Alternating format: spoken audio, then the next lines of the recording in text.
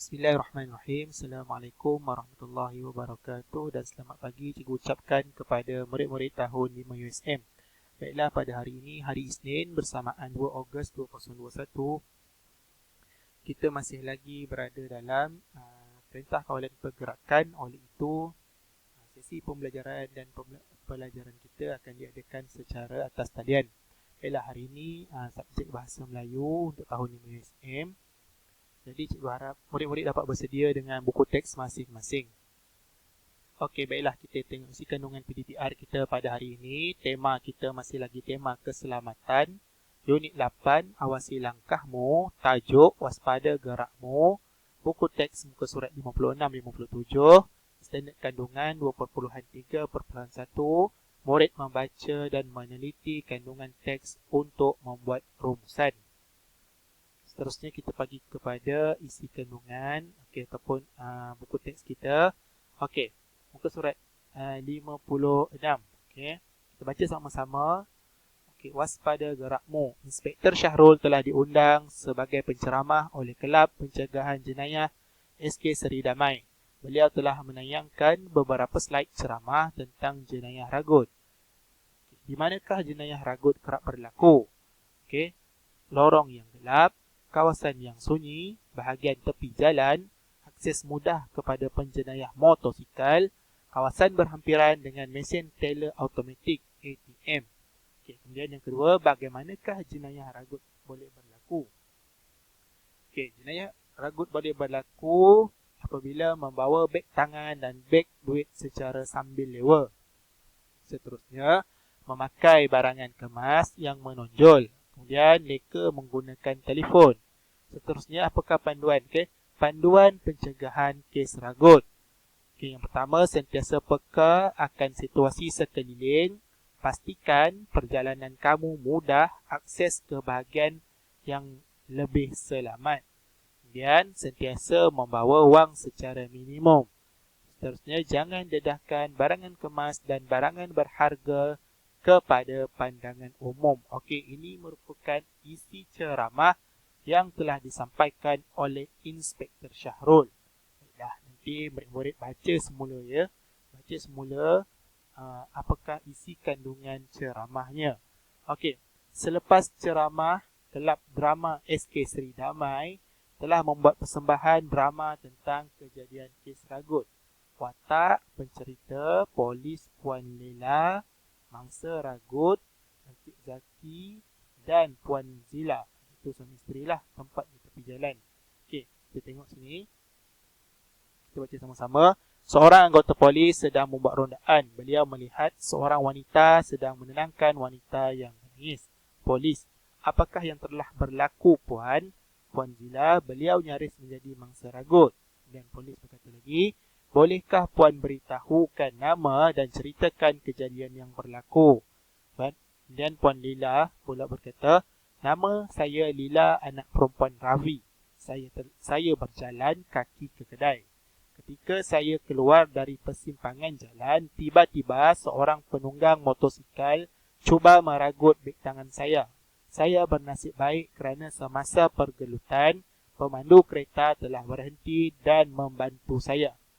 Dan Cik Zaki pula berkata, ya Tuan, saya ternampak seorang penunggang yang mencurigakan sedang menuju ke arah Puan Lila. Situasi itu saya nampak jelas kerana Puan Lila berjalan dari arah yang bertentangan. Saya membunyikan horn, kami juga menjerit supaya peragut itu lari. Puan Zila mengiyakan keterangan suaminya. Dan polis berkata, terima kasih, tindakan Encik Zaki memang bagus. Begitu juga Puan Lila, berjalan dari arah yang bertentangan. Kita perlu sentiasa peka akan persekitaran. Jika berjalan sendirian, elakkan laluan yang sunyi dan gelap. Jika tiada pilihan, kamu mestilah ditemani orang lain. Puan Lila, baiklah Tuan, pesanan Tuan akan saya ingat. Baiklah, ini adalah antara babak-babak drama yang telah dipersembahkan semasa oleh pelajar-pelajar SK Seri Damai. Okey, nanti murid-murid baca semula dan fahamkan isi kandungan dia lah. Dia di sini situasi dia di mana Puan Lila Puan Lila telah diragut. Okay, kemudian dia dibantu oleh Puan Zila dan Encik Zaki lah. Dan polis pun telah memberitahu perkara-perkara yang perlu untuk mengelakkan kita daripada menjadi mangsa ragut. Baiklah. Okey, dekat bawah ni untuk latihan dekat bawah ni ada peta minda. Okey, sini peta minda ni S1. Okey, S1 ni peta minda. Tajuk dia jenayah ragut. Okey, cikgu nak awak salin dalam buku pemahaman. Salin dalam buku pemahaman S1 ni peta minda ni. Kemudian buat macam ni. Jadi lokasi sasaran awak tuliskan apakah rumusan dia, okey? Di manakah lokasi sasaran? Okey, cuba tengok balik dekat bahagian yang sebelum ni lah. Kemudian golongan sasaran. Okey, siapakah golongan sasaran ni, maksudnya siapakah yang selalunya terdedah menjadi mangsa ragut? Okey, siapakah selalunya yang biasanya menjadi mangsa ragut? Itu adalah golongan sasaran lah. Dan sebab-sebab berlakunya ragut. Okay, apa sebab-sebab berlakunya ragut? Telah diterangkan oleh Inspektor Syahrul. Jadi awak cuba cari balik. Okay, cuba baca balik di manakah, apakah sebab-sebab berlakunya jenayah ragut ini. Dan langkah-langkah keselamatan. Okay, langkah-langkah keselamatan yang perlu diambil untuk mengelakkan anda daripada menjadi mangsa ragut. Okey, seterusnya ialah rumusan kes ragut. Jadi awak buatlah rumusan dekat sini. Okay, buat sedikit rumusan. Okey, itu sahaja. Buat sedikit rumusan itu macam mana rumusan ni, maksud dia apakah kesimpulan yang murid-murid boleh buat. Okay, apakah kesimpulan yang murid-murid boleh buat. Ceritakan balik. Apakah jenayah ragut ini suatu perkara yang buruk kan? Apakah kesan dia? Apakah kesan dia jika kita apakah kesannya jika kita membiarkan perkara ragut ini terus berlaku? Okay, itulah contoh rumusan lah. Okay, gunakan idea sendiri, cikgu nak tengok. Okay, macam mana murid buat rumusan. Rumusan ni maksudnya penutup lah. Penutup kepada jenayah ragut. Apa yang kita boleh simpulkan? Apa yang kita boleh rumuskan dalam jenayah ragut ini? Okay. Sebagai contoh, kita boleh cakap jenayah ragut ini merupakan satu jenayah yang berat. Okay. Ragut ini merupakan satu jenayah yang berat dan membawa mudarat, membawa kesan yang buruk kepada masyarakat. Contoh dia kan, dia boleh menyebabkan kita kehilangan harta benda, dan kita boleh kehilangan wang ringgit, dan mungkin juga kita boleh kehilangan nyawa. Okay. Jika jenayah ragut ini terus berleluasa. Okay. Itu salah satu contoh rumusan yang boleh murid-murid tulis. Okay. Latihan macam saya cakap tadi, salin bahagian S1. Ni S1 salin yang ini saja. Okey. Tanda pensel ni, gambar-gambar pensel ni, maksudnya awak kena tulislah. Awak kena tulis apa yang perlu. Okey, contoh lokasi sasaran, golongan sasaran, sebab-sebab berlakunya ragut, langkah-langkah keselamatan dan rumusan seperti yang cikgu bagi tahu sebentar tadi. Okey. Dan isi tempat kosong dalam peta minda itu dengan idea yang sesuai berdasarkan isi yang dibincangkan.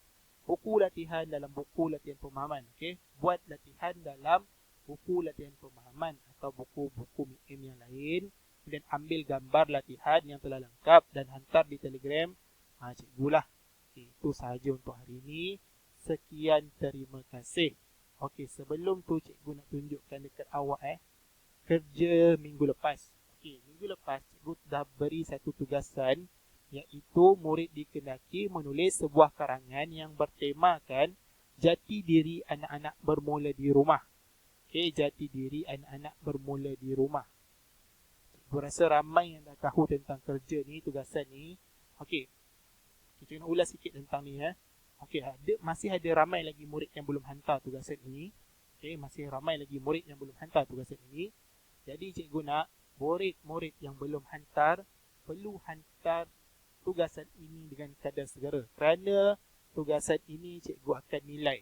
Okey, cikgu akan nilai tugasan ni lah. Cikgu buat penilaian tentang tugasan ni. Okey, jati diri anak-anak bermula di rumah. Okey, ini contoh form penulisan. Tema ni awak salin, kemudian tajuk, isi sendiri apa saja tajuk dan isi karangan dia. Okey, isi karangan dia adalah bebas. Okey, isi karangan adalah bebas. Murid-murid boleh ambil sumber daripada internet daripada majalah, daripada buku-buku rujukan. Tetapi murid-murid tidak dibenarkan untuk meniru 100%. Okay, perlu guna idea dan ayat sendiri. Dan cikgu akan pastikan semua murid mesti menghantar tugasan ini.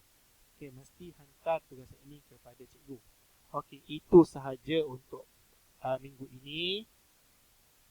Kita jumpa lagi pada masa akan datang. Sekian, terima kasih.